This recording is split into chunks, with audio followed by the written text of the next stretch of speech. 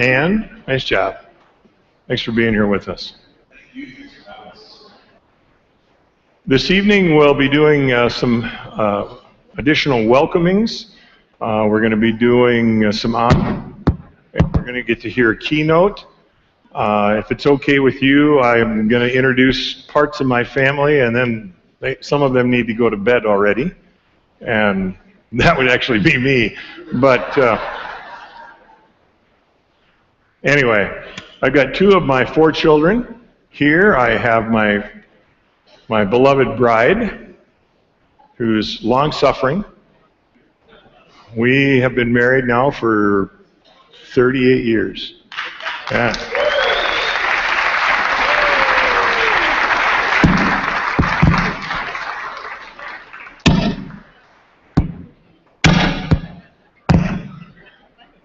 You should know that my children's favorite thing, sort of like getting your teeth worked on without Novocaine. Yeah, the in-laws love it even more. Josh and Emily Zomer, they're now living here in Sioux Falls. We moved them back from Rapid City. Delighted to have them in town. This is our youngest daughter, Sarah, and this is Isabel doing her attempt at walking. And this is Cooper, who you occasionally see in Facebook. Papa, what is that? No, leave it alone, buddy. Yeah. You're making noise, okay? Can you say hi to all those people?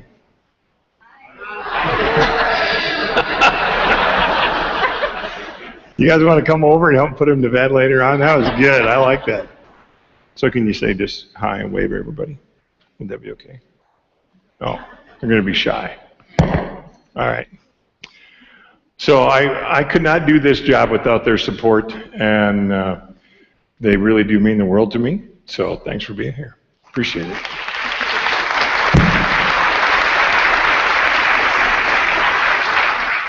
Yeah.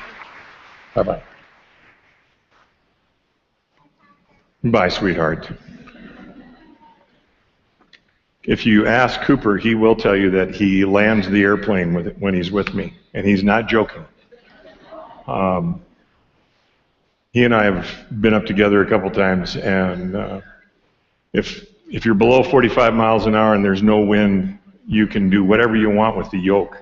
You can do full deflection movements. And so when you're 3, which he was a year ago, we went out for just being a grandpa and a grandson, right? And so it was a beautiful day and no wind at all. And so he flew from the hangar out to the end of the runway before we took off. So then I took off. We went out to the practice area, and I let him fly the airplane for a little bit. Then he flew it all the way back, and we got right to the runway, and he's sitting in his chair. And as soon as the airplane is below 45 miles an hour, he says, "Can I fly?" Yes. So here he is. We're still on the runway, but so he gets out and proceeds to tell his mother that he landed the airplane.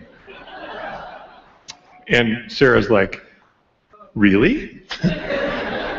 Can you do?" "Well, yep, Papa let me do it." And so I had one of those great child-parent conversation that starts with, "Dad,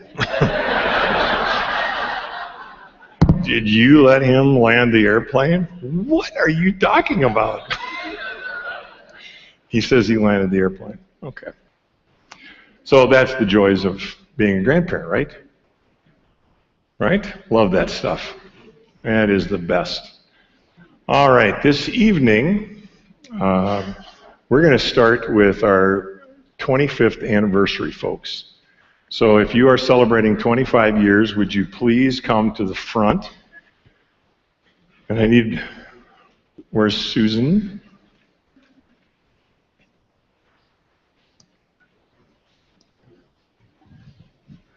Yeah, well, we'll put you up a little bit higher. So you guys are all pretty tall, though. That's good. It was a good year. You must have played a lot of basketball, let me guess, right?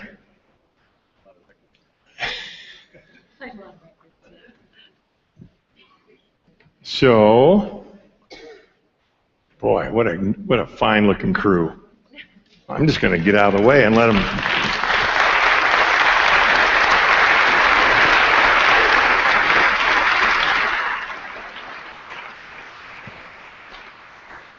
Class of 1989. Did all of you graduate from Luther? Everybody? Where'd you graduate from? Gettysburg. Oh! I thought they just had battles there, didn't they? Well, what I give thanks for with this group up here is that this is really, in many ways, I think, kind of the sweet spot of the church, where they're still young, have a lot of energy, some wonderful experience under their belt. All of these folks are in positions where we get to tap into their gifts and abilities, and where I think their leadership gets to just make just a huge difference in the life of this church. And each of them are doing fine jobs of being teachers in their own right, not only passing on the faith, but also passing on what does it mean to be a leader in the church. And so I really do give thanks for all of you as you continue to do your work in following Jesus. So we have the Sylvesters, Galen, and Marcia. They're up in the Aberdeen area. Paul Hansen, we used to let him work in South Dakota all the time. And he's been at Churchwide with the Fund for Leaders, and now does development work with Luther Seminary. And I just found out that you're going to get to come back to South Dakota and count it as work. So even better. Pastor Bill Tesh, works in the Synod office. We have Scott Hackler. We kind of gave birth to you, and then you disappeared for quite a while, and it's good to have you back. He's serving in Brandon. Then we have Wilbur Holtz, who's been at Trinity in downtown Rapid City. We have Wanda McNeil, who is now famous.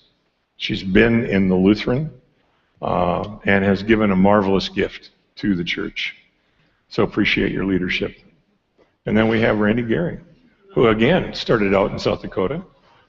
And we got him back and is senior pastor here. So if you would give all of these folks...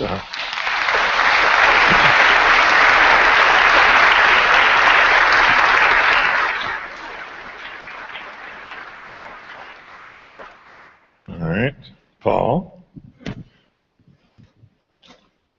and Bill, and we have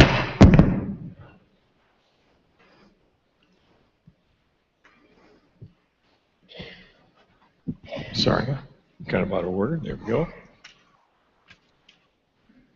Do we have any more certificates? Very good. Do you want to pass those out?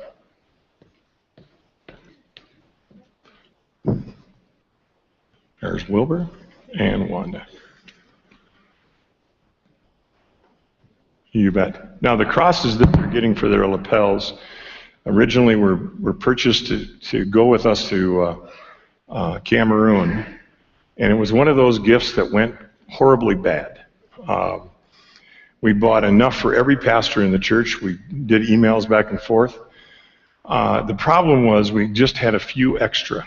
And to say that they were wildly popular, I think I could have paid for the whole trip by just selling Luther's rose. And we ran out, of course, right away. And then there was a black market immediately of, we should have brought 1,000 and that wouldn't have been enough. So we wanted to share some with you guys tonight. I just think they actually look pretty decent. So thanks again for your service.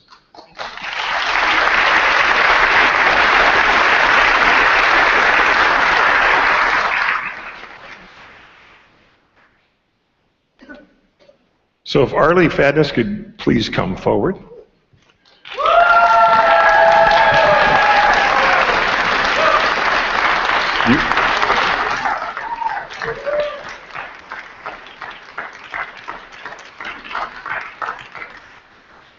Man, you got a whole fan club and everything.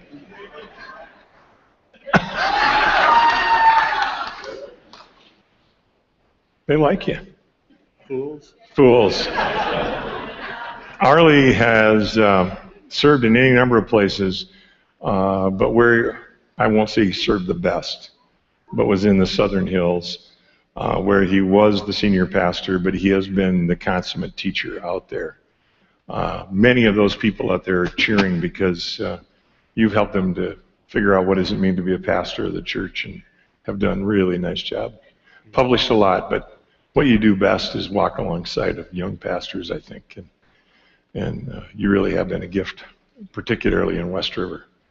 So, thank you.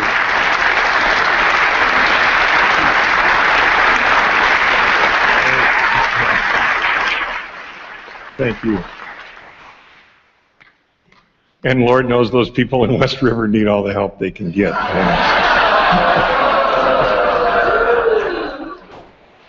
Looking forward to being out there with you.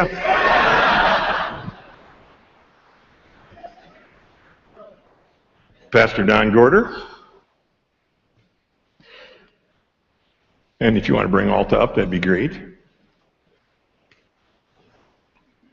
Pastor Don was my predecessor, two before me, before I got to Pierre. But I've known you, I think, since I was 12, if I remember correctly. I was a little taller than that when I was 12. My dad did CPE, was a CPE supervisor in Minot back from 62 to 70, and I don't remember what year you guys got to Western North Dakota. 59. But I do remember you in the backyard of our house in Minot. So thank you very much for your service. And Alta, great to have you here. Thanks for all that you do. Oh.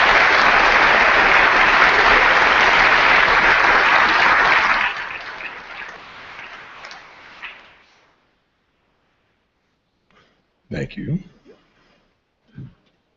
And Pastor Leroy Nevin, if you want to bring Elaine up here, we need to come over to this side. 55 years, and you're still working, right? That is great. So what are you doing at First Lutheran? Visitation pastor there with Jim Christofferson and Franklin Putis. Wonderful. Do you get any work out of your senior pastor at all, or? He's so busy. He does a great job. Oh, very good. Glad to hear that. It's always nice when you got the senior pastors back. That's good. So on behalf of the church, thank you for your service and for all that you continue to do in our life together, both of you. I know that you're both very active down at First Lutheran.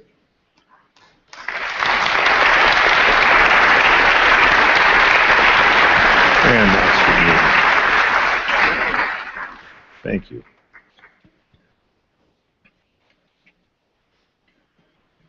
And we have Jim Tevet and his wife Gloria. Come on. I think I first got to know you when you were at Brookings at first, if I remember correctly. Maybe so. I barely ever got out back then. And it was pretty much guaranteed if you went to Sisseton back in the 80s that it would snow even in the summertime. Right? I was at Summit. Oh, yeah, well, that's still true about Summit. But I thank both of you for the work that you've done and continue to do in the life of the church, and for work you've done on candidacy committee and throughout the life of this church. So appreciate very much your 55 years of service to both of you.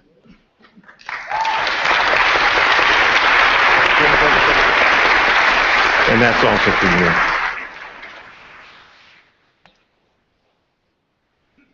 And now we're getting serious, folks.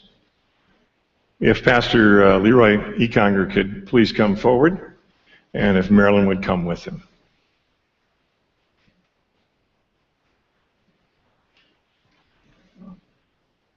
If we can make it all the way over here. Yeah.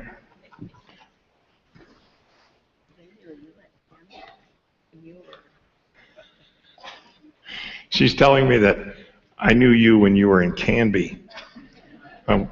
I was this tall back then. You weren't even, you were this holding age, baby. No, that would have been my brother Tim.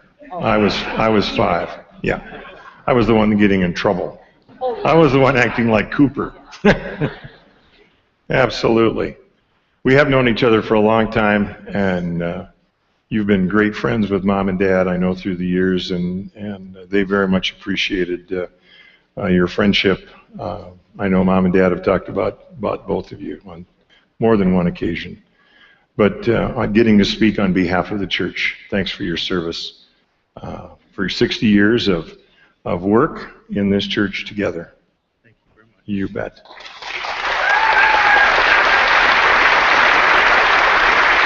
Anyone else? You betcha. That's for you guys. Yeah, absolutely.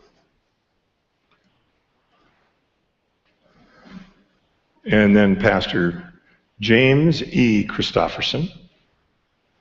And if you could bring Dorothy with you. And can you come all the way over here?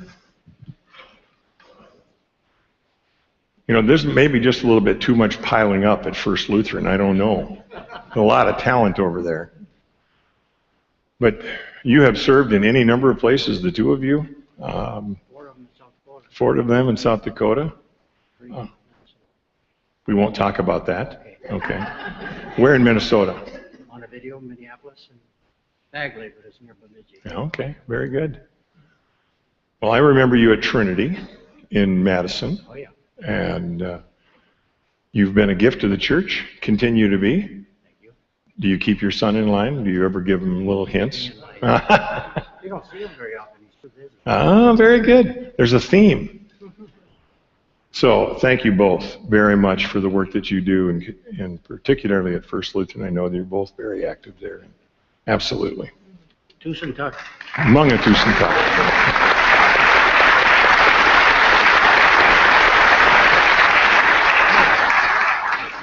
There you go.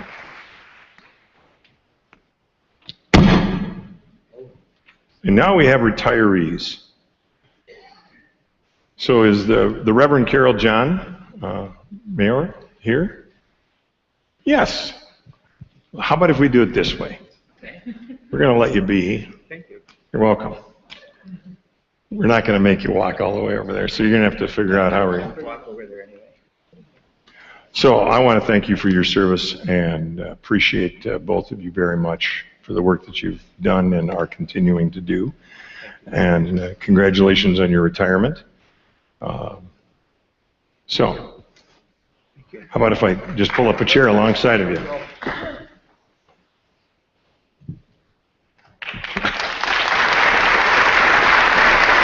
Nicely done.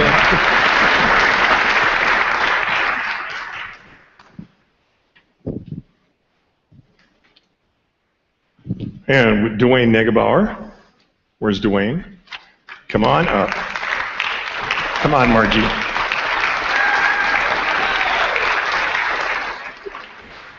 So have you guys made the transition yet? Are you? Nope. End of July, hopefully. Okay. So you're still in Chamberlain? Okay. Well, excellent. We've known each other a long time, mostly through his parents, who used to be, both of them were in Mitchell and member at Trinity. So I got to hear your stories all the time from your father. Never any exaggeration out of your dad. Yes. But you're headed for the hills, quite literally and figuratively, correct? So appreciate their service, and they really are nice people unless you tease them in public, and then it can go bad. So thank you for your years of service, and appreciate it very much.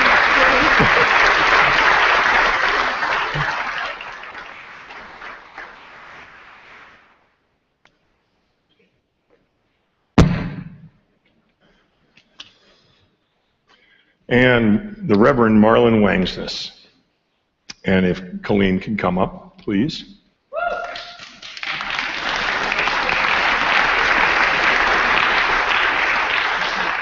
Seriously? I didn't know that. When I was brand new ordained, one of the first phone calls that I got was from this gentleman right over here, who informed me that he didn't care that it was my installation Sunday, that I would be going to Nisodak for the Northern Plains Pastors Retreat. And he didn't care I had family from all over the country and that I was going to be there. And so I went. But you were also one that took good care of us as we started out. And I remember when you insisted that we get together to talk about ministry and about what was going on in my life. And he was a really fine dean. You should know that, especially for a young pastor. So I've always appreciated that about you. And now you've retired out of the prison. Yeah. They finally are you on work release now, or? And you were a gift in that closing ministry of full-time work, and just did marvelous work with the guys up on the hill, and in developing the funds that needed to make that ministry work. So I very much appreciate where we're at with St. Dismas. So, on behalf of the church.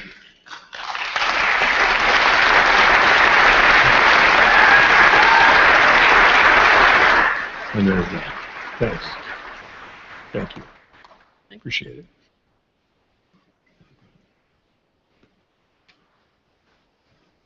And the Reverend Ann Webb.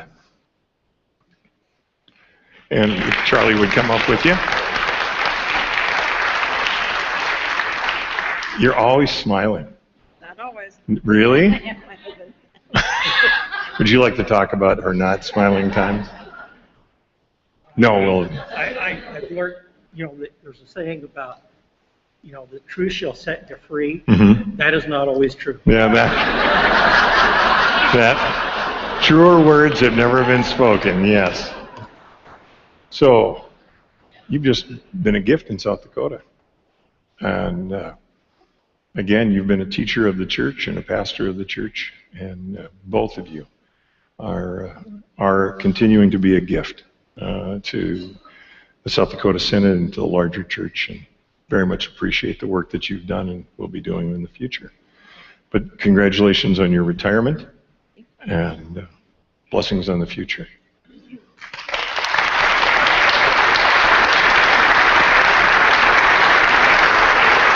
And that's for you. Thank you.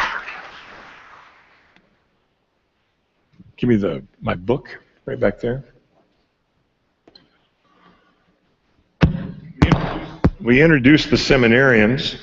Some of these people you've already seen, but these are the folks that have taken calls. I'm sorry, I don't know what is going on with my microphone. I'm sure it's Jim Shady's fault. No, that's not true. It's not his fault at all. But I'm going to ask the pastors, we've got enough time, if they would come to the front. You've already seen Pastor Randy Gehring, but if Randy would come up, he's the new senior pastor here. You've met him several times already, but it is wonderful to have him here. And Michelle, if you would come. You want to bring your bride? She is an AIM currently, but has just entered into the team process, and will be serving in a new capacity right now. So just stay there. We're going to applaud for everybody when we get them all up here. Pastor George Ekron, if Moen, is he here? I thought I saw him at one point in the day. All right. April Peterson. Oh, she's not, I'm sorry. She's not feeling well this evening. But I know that Lars Olson is here. I saw him at supper, or did he slip out? Yes? No? Pastor Lars? Well, let's just applaud for the Gehrings then. Congratulations. Great to have you here. All right. Now, if we could have Pastor Keith Anderson please come forward. And looking forward to hearing from our keynote this evening. So are we supposed to tweet something right away right now, or? Feel free to tweet, Facebook, text. All right, very good. It's all yours.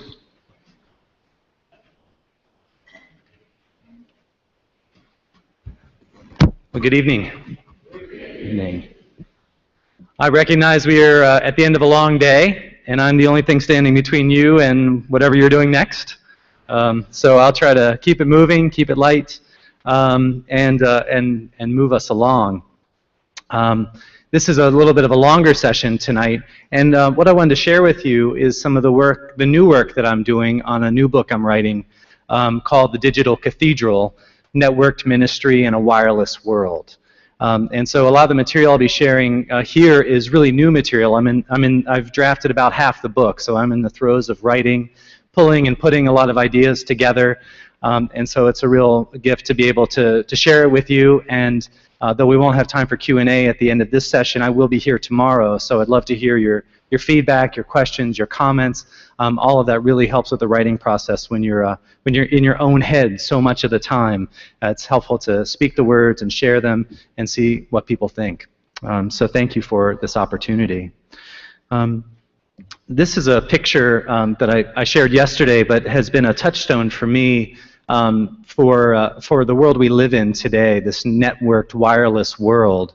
And this is a picture from when Pope Francis was presented as the new Pope. And so this was taken by a AP photographer in St. Peter's Square that night. And what you hopefully can see with the slide is that St. Peter's Square was filled with people, number one, but then filled with people who are carrying these mobile devices. iPads, you can see here at the front, smartphones, and so there's this kind of sea of light going all the way across St. Peter's Square. And for me, that has been this kind of visual representation of the way that our world has changed really so drastically, over like the last 10 years with smartphones and mobile devices and social media, but really over the last 25 years with the introduction of the internet. And even if you don't carry around a smartphone, our lives are totally shaped now by these technologies. The way that we get our news and information, the way that we connect with other people, they've really shaped our life day in and day out in our workplaces, in our homes. And so I think in many ways we're still catching up with what it means for how we simply live our lives, and then what it means for us to be in ministry with people in the way that they live their lives and live out their faith.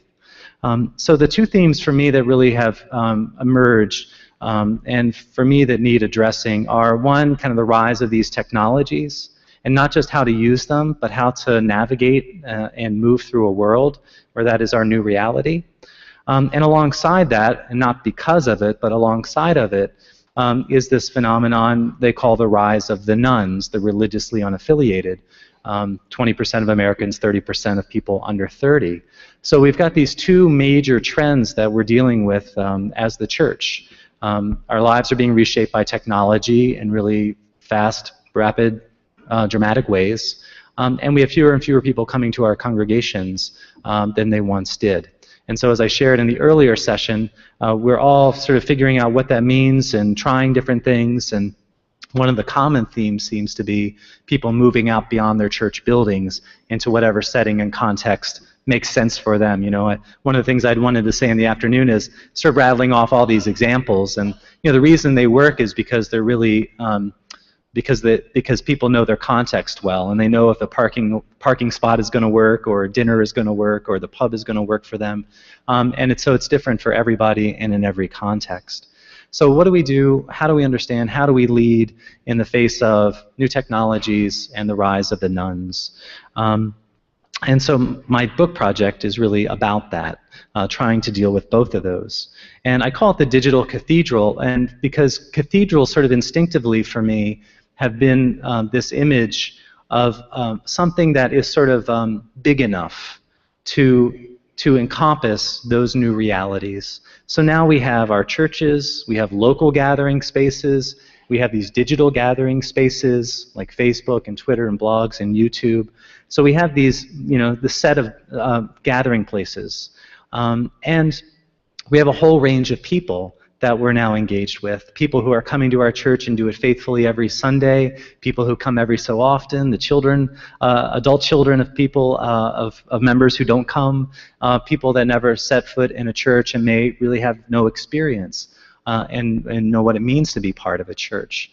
And so the cathedral has emerged for me as this image of something that is expansive enough, big enough, to hold all of that, to hold the face-to-face and the digital, to hold those who are in our churches every Sunday and those who are sort of out there beyond it, but people who make meaning in their lives, love their neighbors, and that we can engage with around those things. So this is Canterbury Cathedral in England. It's the cathedral of the Church of England, and I've never been. I've done the virtual tour, I have to say. You can go online and you can go all over that cathedral on the website, and all over the town for that matter. And so these cathedrals with these great high ceilings, with these flying buttresses that reach out beyond the core of the building, and this ministry of hospitality to pilgrims and worshipers and everybody who may enter into it, for me kind of holds this image of a church that is big enough to hold all of those. So there aren't some that are inside and some that are outside, that we just don't meet inside the building, but we meet outside the building. We engage with people where they are in these digital spaces as well. And what's really interesting about Canterbury Cathedral, and for a Lutheran, I've had to do a lot of reading about what cathedrals are all about, not because we don't have them. And so one of the interesting things about Canterbury Cathedral in its history is that there's this wonderful drawing of Canterbury Cathedral from the year like 1167. I'm a little bit of a church history wonk, so you have to bear with me. But this is this drawing of Canterbury Cathedral was found in kind of tucked away in a worship book that they discovered later on, and so from the 1160s. And what it shows is at the top is the cathedral itself, the cathedral building. And then some of the other buildings within the cathedral precincts. So there's a brew pub on site. There's a bakery. There's a sort of a laboratory building. There's a hospital for brothers, for the monks who were there who were sick. And the red line, if you can see the sort of red line that runs throughout that picture, what this is a sketch of the plumbing system of Canterbury Cathedral in 1160. In fact, they had like running water going all through the cathedral precincts. It came from outside the town. They brought it in, and it went to all the different, in a certain way, it went through all these different buildings and serviced them all in different ways, and then sort of ran off onto the to the little pond there on the top left. You look at it today and you think, well, that could be fiber optic cable, but sort of what it lifts up for me is that cathedrals. When we think about cathedrals, we think of just the building. We think of this massive building, and really cathedrals were much more than that. Cathedrals had all of these other buildings as part of the kind of precincts of the cathedral, sort of within the cathedral walls. But then the cathedrals also then opened up onto the towns that they were in, and much further than the town, but to the region, and attracted pilgrims from, European cathedrals from all over Europe who would make pilgrimage to come to these holy sites, to venerate relics or be in these holy places. And so cathedrals are not just the building, they're much broader. And I think for me, our churches can be that too. Sometimes we think about our churches and when we say church, we mean the building. But our churches are already broader than that, and I think we can broaden them even further in this new time, this network time, in the midst of the rise of the nuns. So it turns out, kind of interestingly, around the same time period, there's actually a lot of stories of kind of regular everyday people who lived in Canterbury. So, most of our histories that we tell in church history are about the saints and the monks and the bishops. There are actually all these records in Canterbury that the monks kept about all the rental information they kept. And in the midst of all these records, they tell some interesting stories about the sort of the characters, everyday characters that lived in Canterbury. There's a story of the doctor who worked to help heal the monks in the hospital. There's the story of the plumber who probably worked on this waterworks system, and his wife who was a home brewer and sold beer to the monks, made more than he did.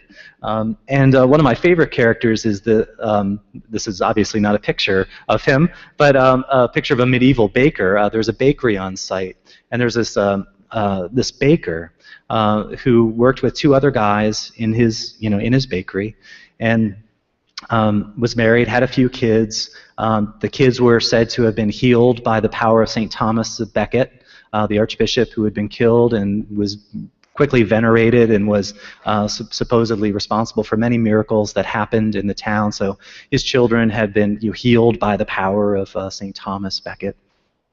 And he even had little, true to form in the church, had little run-ins with the monks here and there, would bump up against some of the things, taking sides against them at one time or another. Godfric was his name. And so when we tell our church history, when we tell our stories, sometimes we really focus on buildings and pastors, and it's the story of the everyday people.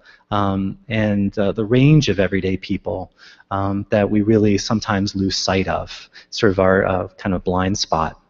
And it's the lives of everyday people that I just have an increasing passion for. And I think there's so much in our Lutheran tradition that speaks to the value of this kind of the everyday, sometimes unnoticed, unseen work that people do in their everyday lives. One of the great gifts of our Lutheran tradition is our understanding of vocation. That everybody is the priesthood of all believers. That everybody is a minister in their daily life. And sometimes we just kind of water that down to the priesthood of all believers doing the things the priest doesn't want to do. But really what it means more broadly is that everything that we do in our life, our parenting, our work, is all part of God's call in our lives and our ministry. And so this is a huge gift in our Lutheran tradition. Charles Taylor has said, the repudiation of monasticism in the Reformation, when they closed the monasteries and the convents, was a reaffirmation of lay life as a central focus for the fulfillment of God's purpose. While family life was once seen as a zone of spiritual underdevelopment, now the center of the good life is now something that everyone can take part in. And so it used to be that it was in the Middle Ages that the monks, say the monks who would have been at Canterbury, they were the ones that had this holy special calling from God. And that was the highest order of life, was to be a religious, a priest or a monk, a bishop. And what Luther said was, no, the highest calling in life is the everyday, when we're called to serve and love our neighbor through the work that we do, through our parenting. And so he said the highest calling, the holiest calling, is in fact lived out by all people in their day-to-day lives, like Godfric, the baker, or the doctor, or the brewer, or the plumber. And Luther had some really colorful, as usual, things to say about that. Maybe you have seen this quote about changing diapers. When our natural reason takes a look at married life, she turns up her nose and says, "Alas, I must rock the baby, wash the diapers, make its bed, smell its stench, stay up nights with it, take care of it when it cries, and on top of that, care for my wife, provide for her, labor at my trade." What then does the Christian faith say to this? It opens its eyes, looks upon all these insignificant, distasteful, and despised duties in the Spirit, and is aware that they are all adorned with divine approval, as with the costliest gold and jewels. And you can almost picture Martin Luther changing the diapers of his children, having been a monk and a professor for so long, now confronted with the fact that he's got to care and feed and change these kids. It sort of reminds me of my own experience. I've shared with some of you, I have 4 children, an 11-year-old, an 8-year-old, and 5-year-old twins. And we went for 3 and we got 4. Is really what happened. And the day my wife came home to tell me that we were expecting twins, I had been working from home so she could go to the doctor. She came into the dining room where I was working on my laptop. She handed me a picture of the ultrasound and a beer. And I didn't really get it. And I looked at the ultrasound because I had seen the ultrasounds with my previous 2 kids. And I said, "Oh, there's the baby." And she said, "Oh, no, they're the babies." Labeled A and B, 2 little peanuts. And then I understood why she brought the beer. As part of my spiritual journey is that, before having this massive children, my spiritual life was really fueled by silent retreat. There's a great little monastery near us in Boston when we lived there, and I could go there for 3 days at a time on silent retreat, not break a sweat. And I realized when I saw that ultrasound picture that those days were over. And I really had to go and try to find God, that same kind of sense of God, in the midst of the chaos of our daily life.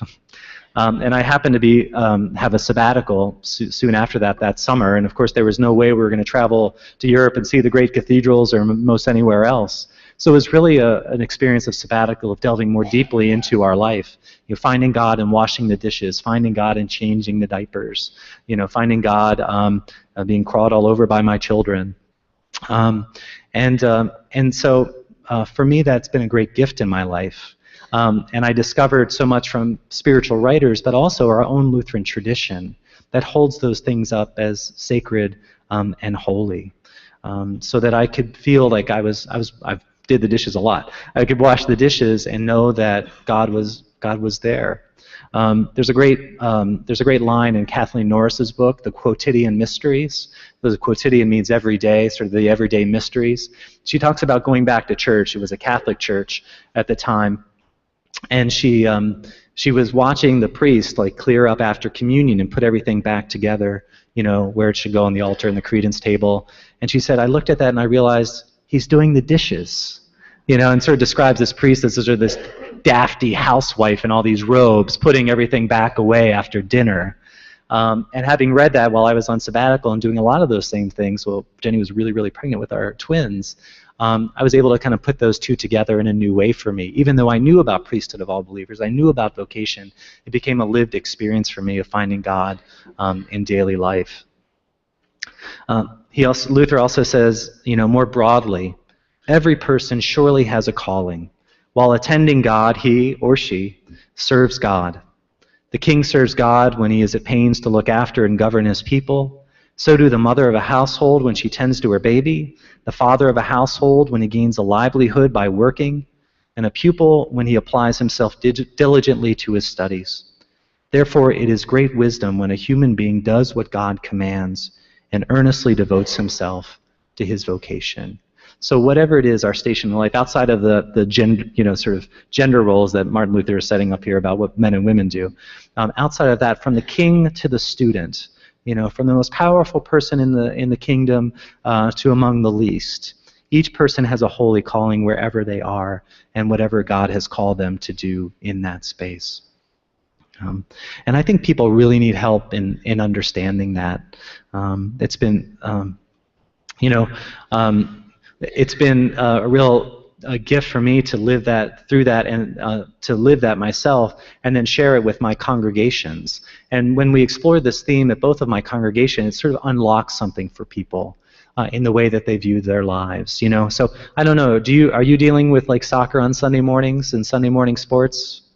Some of you, we deal with that in a huge way, and this tension that as somebody who's at church every morning, Sunday morning, I'd like to see everybody there, but knowing there are these conflicting commitments. And so there's the tension we feel as church leaders about that, but there's also the tensions that families feel in the midst of that. I'm doing this good of, supporting my children and helping them grow and nurture them, and I also recognize the good in being connected to my church as well, and continually having to negotiate that. So how can we help people understand that the way that we're taking their kids out to the game, when we pack up the minivan, the beat-up minivan we drive and put all the folding chairs in the back, it doesn't always feel like God's work, my hands, but it is. So how do we help people to experience that, or help people experience that in their cubicle, to know that they're living out their faith in their ministry in the work that they do every day? Or, as you may have already seen, I'm a little partial to the pub.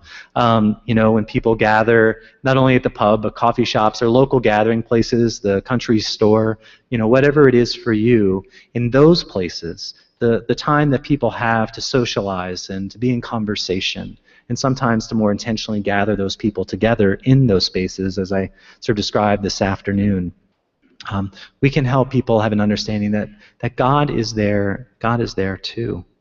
And today that also goes for these social networks, these digital social networks that we're a part of. That people are gathering in these places and they're sharing their faith, they're sharing their lives, which is a holy thing. Oftentimes, people share these pictures of what they're eating. People share lots of pictures of food. Have you noticed this? Isn't it just my friends? But lots of pictures of food, and you're just like, okay, enough, you're making me hungry. But the thing is, if you remember that chart we looked at this afternoon about the ways people make meaning, preparing and enjoying food are right up there among the top things and ways that people make meaning. So those things that people are sharing, they open up onto this larger, deeper story about what's going on. Who's with them at the table? What are they celebrating? Or, why are they gathering over comfort food? What's going on for them? And I don't probe all those questions when they post those things, but I think there's something more and deeper going on here. The thing about social media, I've sort of just realized, because I've been working with social media and ministry a lot, I think people are really starting to get this on their own about the sanctity of their daily lives, because they're sharing it all the time on social media, and people are affirming that to them. So they're sharing whatever's going on, something with their kids or something at work or a trip they're taking. And people are liking that and they're responding to that. They're commenting on that. They're engaging with them. So I think people are really getting the fact that their daily, ordinary, mundane sometimes lives, there's more to it. They're affirmed in the ordinary and begin to see that as something more. And so in some ways, I think we have to catch up with our own Lutheran tradition to say, that's something that's a part of who we are. But I think people get that. One of the tension I see among parishioners so often is I have to choose between church and church and work, or church and family, church and just feeling like I can just kind of decompress and veg out. And when we start talking about vocation in a way that is more holistic, that sort of fits under that kind of larger cathedral canopy, I just noticed the tension in my congregation goes so far down about that they could really see, and people who I thought it was so obvious that, a physician's assistant, people who I thought, a healing job, people I thought it would be so obvious to them that this is what you're doing God's work. It wasn't. It's like, I should be at church more. I need to be doing more things at church. I need to be doing more things at church. And falling back into that sense that the stuff we do at church is a holier calling than the things that we do in our daily lives. And it's not an either or choice. It's all part of a whole. And so when people come home to church on Sunday morning or during the week, it's a time to be nourished and restored and strengthened to go back out and do their ministry in the world. A lot of the kind of learning and writing of this book and this material has been the ways so often that we create these dichotomies between the digital and the face-to-face, like they're at odds with one another, or the things that happen outside of church and the things that happen inside of church, or people who are religiously unaffiliated, the nuns, and the people who go to church every Sunday. It's sort of this either or, one versus the other. And the cathedral, for me, this image holds open the sense that we can hold all of that together. And it doesn't have to be either or, because our God is big enough to hold all of it and hold all of us. The late Ron Thiemann, who's a Lutheran theologian, said this: those who believe that in Christ God has brought life out of death, hope out of sorrow, and love out of cruelty are now called to see the world, the everyday, and the ordinary with new eyes, the eyes of faith, and to live lives of hope and love directed to the neighbor in need. To be sure, this view undermines many of the safe distinctions that we have come to rely upon, particularly the distinction between the sacred and the secular. But it seeks to replace those dichotomous categories with integral notions like incarnation and sacrament. In doing so, this view seeks to relocate the sacred, not beyond, but within our everyday experience. And I think that's the deeper part of what it means to be going out to the pub or the coffee shop or Ashes to Go. And those are all wonderful, visible, evangelistic things to do. But at a deeper level, what we're saying to people is, your daily lives are holy. When we were giving ashes at the commuter rail station, I only realized later what we were saying is, your commute is holy. You're going to work and doing this work is holy. When you gather in these places, or when you gather in your home, it's sacred ground. And that's incredibly powerful. And I think the technology, this kind of very pervasive technology that we live with now, calls us to break down a lot of those barriers, because our connections and our relationships and information sharing and engagement have become so fluid, from the face-to-face and the digital and back and forth. So I think a big part of living in this new time is reclaiming our Lutheran tradition, a vocation, but also noticing where we put up these barriers that don't have to belong. I was talking to an Episcopal bishop, the Episcopal Bishop of Rhode Island, and his background is in quantum physics. And he went into ministry later, and he said, why do we always break things down into twos? In nature there are dyads and triads and all kinds of different numbers, but we usually go, we're so polarized. Our thinking is so polarized. It's left, it's right, it's yes or no, and we need to kind of break some of those down. And Ron's book, The Humble Sublime, really talks about that quite a bit in light of our Lutheran tradition and commitments.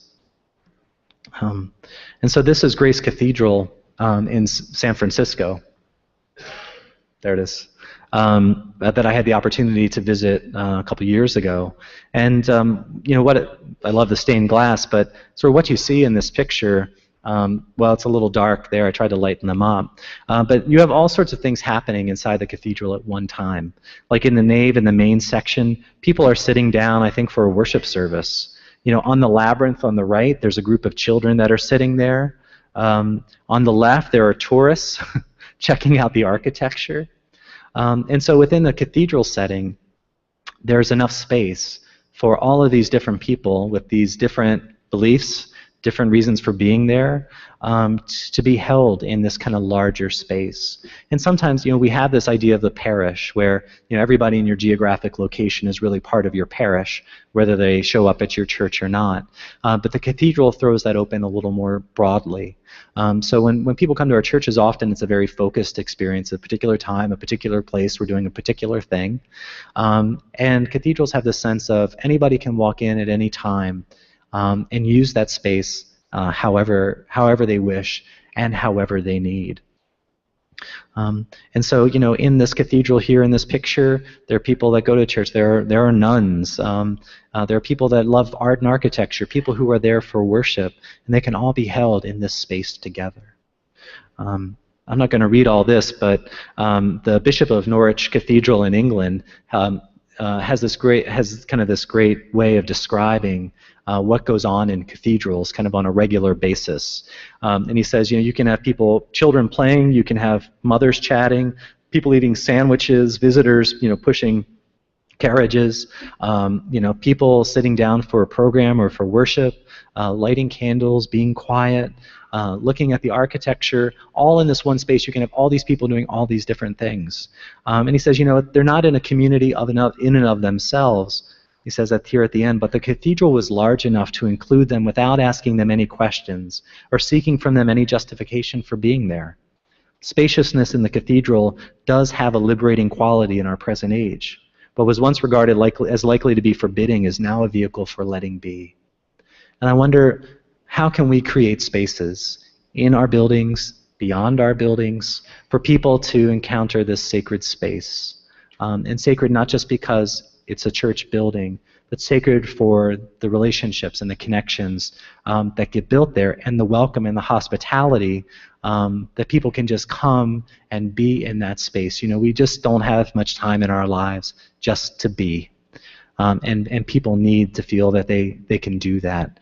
And pubs, coffee shops, and other places like that create a sort of less threatening way in for people into those conversations and into those relationships. They can come and they can go, and it doesn't commit them to anything in particular, even sitting through a worship service. So cathedrals. One of the sort of contemporary cathedrals I would describe is a Lutheran church in Marshfield, Massachusetts, and my friend Mark Huber is the pastor there. And it's another mission start, and there feature a lot of mission starts, just because I think culturally they get a lot of stuff intuitively because of the time that they've been created or they're kind of growing up in. But I think a lot of things apply to traditional congregations like mine, and so I just steal their good stuff. And so Sanctuary started really at a Starbucks because Mark showed up in Marshfield, Massachusetts, and just completely started from scratch. And so he just kept showing up in all these local places because he sort of had nowhere else to go. There was no building, there was no central location. And so, he got the Starbucks gold card, and then I think the one beyond that, I don't even know what that is. And so it became really well known in the community because he was kind of living out, and it wasn't necessarily the intention that this was going to be a church without walls, but they just had no walls to work with. And so the first time I worshipped with Sanctuary, they were on somebody's back porch. They had a parishioner who said, "You can use my house." And we sat out on the back porch by a cranberry bog, and they brought out their flat screen TV onto the deck so they could project things, and like song lyrics and stuff to go along with Mark's reflection for that day. And what wound up happening was there was a Methodist congregation in Marshfield that was dying. But the Methodists were also thinking maybe this is kind of a place where we could do some redevelopment work. So the Lutherans and Methodists joined forces, and they took this Methodist church of this congregation who finally had kind of died and ceased to function, and they gave it to Sanctuary. And what they did was they renovated that space completely. Mark says, they had like gold carpet and black pews, and it was really quite a mess. And so they kind of gutted almost everything in the sanctuary. And what they've done here, you can see in this picture, so they've created this multi-use space in this kind of wonderful A-framed sanctuary space. They have movable chairs. They have a sort of a painted concrete floor. And so they're able to worship, facing one way or another way in the space. They can configure chairs and tables however they want. But more than that, like here, they have this community cook-off. So people can come and do their chili recipes and all of that, and people get little awards and such. And so they're able to, this is their sanctuary. This is not their fellowship hall, this is their sanctuary. And so they're able to invite people into that space for community events like this, for meal packaging that they do, for open mic nights, sort of coffee house, people can come and play music and sing. And upstairs in the choir loft, there used to be the organ in the choir pews. They've cleared all that out, and now it's their coffee loft.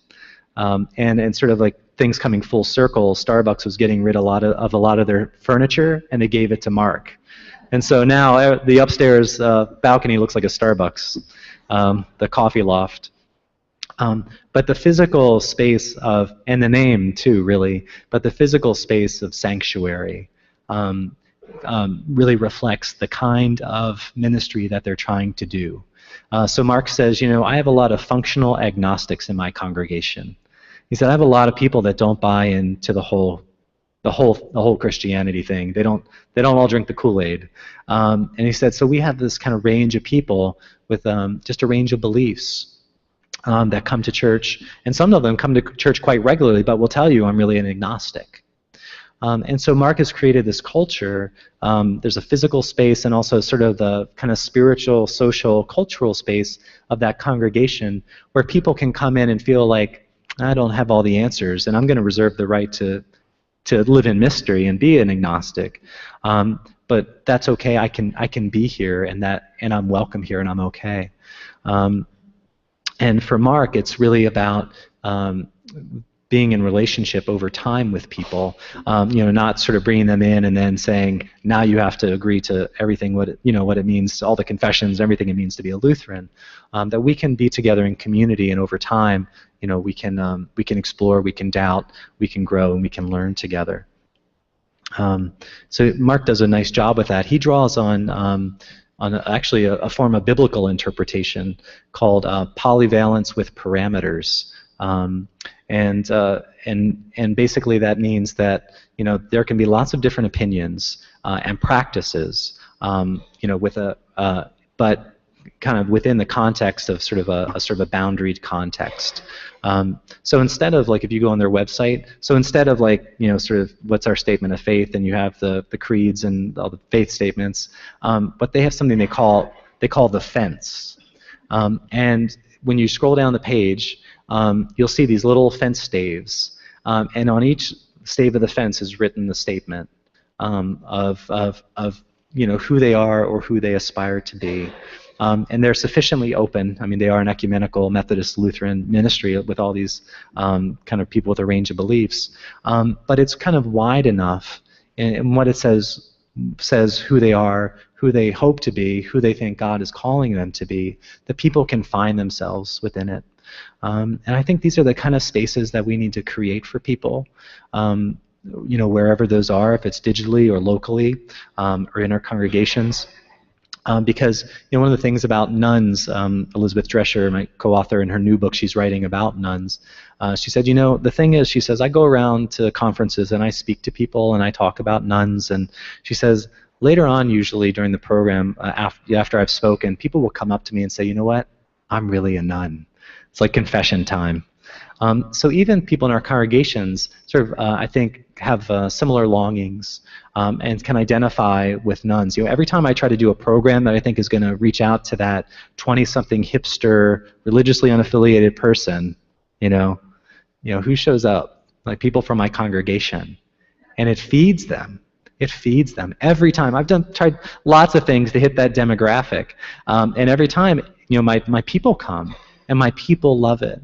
And so what I learned is we share as whether you're a nun or a sum or all in, we share this kind of deep human longing that is so much the same. And so when we create those spaces, it feeds not only the people we hope to draw into community and to our churches, but it feeds the people who are right there as well. So Sanctuary kind of does this in a beautiful way. So they have this physical space. We might not have the sort of option to kind of create the physical space, but we could create a spiritual and a cultural space in our communities for people to show up and to be present. I really like this quote. It's from an Episcopal bishop from 1919, long before the mainline boom and then the rise of the nuns, turn of the 20th century. And he had this great view of what a cathedral could be, and I think it led to sort of a renaissance in thinking about American, cathedrals in America. And he said, in a great and noble church, the worshiper feels a sense of freedom. He, though an unchurched pagan, maybe that was what you would call a nun in 1919, can quietly enter and without committing himself to any form of religious faith, feel the sense of the eternities. Therefore, beneath the great arches of the cathedral may be kneeling side by side men and women of many faiths and creeds, and the temple may become, through worship, a church of reconciliation. And I love that because I think often the word that we use instead of reconciliation is conversion. When we think about evangelism, how do we convert people into members? And the idea that this is a work of reconciliation now in a culture that has dramatically shifted away from the church. That the ministry we do is not necessarily one of conversion, though people will come, but it's one of reconciliation with people who have been hurt by the church, who have real misgivings about organized religion or organized anything, that we can find ways to reconcile with one another in a human and a personal way. This is St. Patrick's Cathedral in New York. And so in this space, we can create in this sort of digital cathedral that encompasses the local and the digital, that encompasses the none and the some and the everything, that we could create a space for people to be, and knowing that in these cathedrals were meant to be kind of an image of heaven. That they were meant to be the threshold of heaven. That when you walked in through the darkened doors of the cathedral and entered into that space, you were brought into an image of what the kingdom of God could be.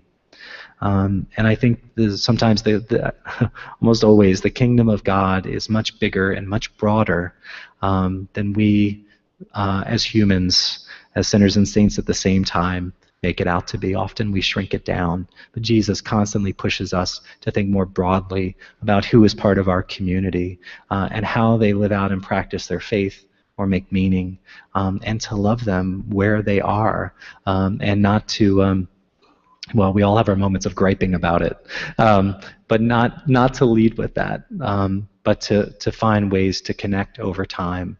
And so we live in this very relational time where people who have not been in church for a long time sometimes have a much longer way to go until they can see themselves as being part of a church. It's just not what's expected, and in some cases accepted. And so as we walk with people and remain in relationship with them, the opportunities come to connect, to deepen, and to invite them in. Just a final thought for us. I love this saying by Margaret Wheatley. She says, "Innovation is fostered by information gathered from new connections, from new insights gained by journeys into other disciplines or places, from active collegial networks and fluid open boundaries. Knowledge grows inside relationships, from ongoing circles of exchange where information is not just accumulated by individuals, but is willingly shared. Information-rich, ambiguous environments are the source of surprising new births." And I think that's what we find ourselves in now. We're in an information-rich, ambiguous environment as the church. And we need to be sharing that information with one another, the stories that I've told, the stories that you've shared with me in these last 2 days, that as unsettling as it may seem, an unsettling a time that it may feel in the church, God always uses these times to bring forth new life, to bring forth resurrection and possibilities we hadn't even considered. And when we move beyond the lament of what was, what used to be, and we begin to feel unbounded, to imagine what God's future is, we will discover what God has in store, and the gospel will endure, as will the church. That is God's promise. Though it may look different, it may happen in different places with different people, and it may include a range of people we hadn't even considered to be part of that community, but who are. So the digital cathedral for me holds open that picture of connecting locally, digitally, nuns and sums, and everyone in between. And finally, I just want to say thank you for the ministry that you do. I've enjoyed hearing some of your stories, and I'll be here tomorrow, so enjoy hearing your thoughts about all of this and your experiences. But I'm deeply, deeply grateful for your ministry. It's an unexpected journey that I've been on in all of this, to be able to travel around, to visit and meet other folks in the church, other faithful Lutherans doing really amazing ministry. It's a true gift, and I honor you for it, and I thank you on behalf of the church. So, thank you.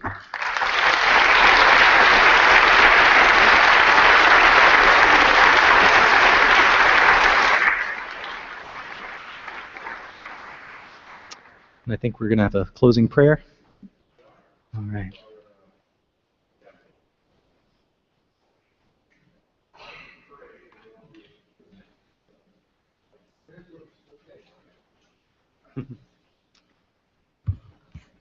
It's always a good rule. Pray first. Thank you. Well, I commend you to God, the overflowing force and source of grace, who is able to build you up and send you out into the world free to live, free to serve, free to love one another, and into the darkness of the night to close your eyes and know that you are cradled in the arms of a loving God. Amen.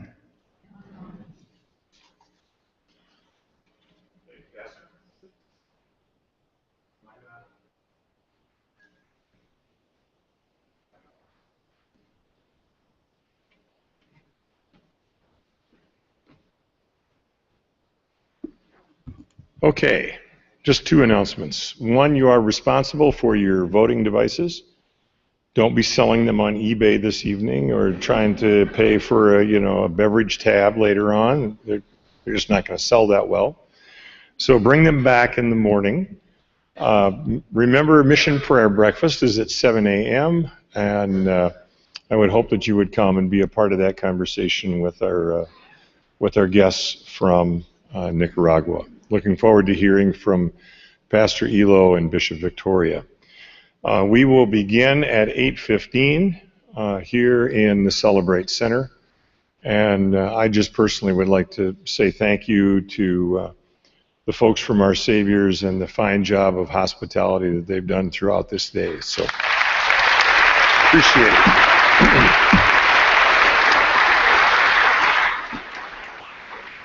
So for this evening, go in peace and relax.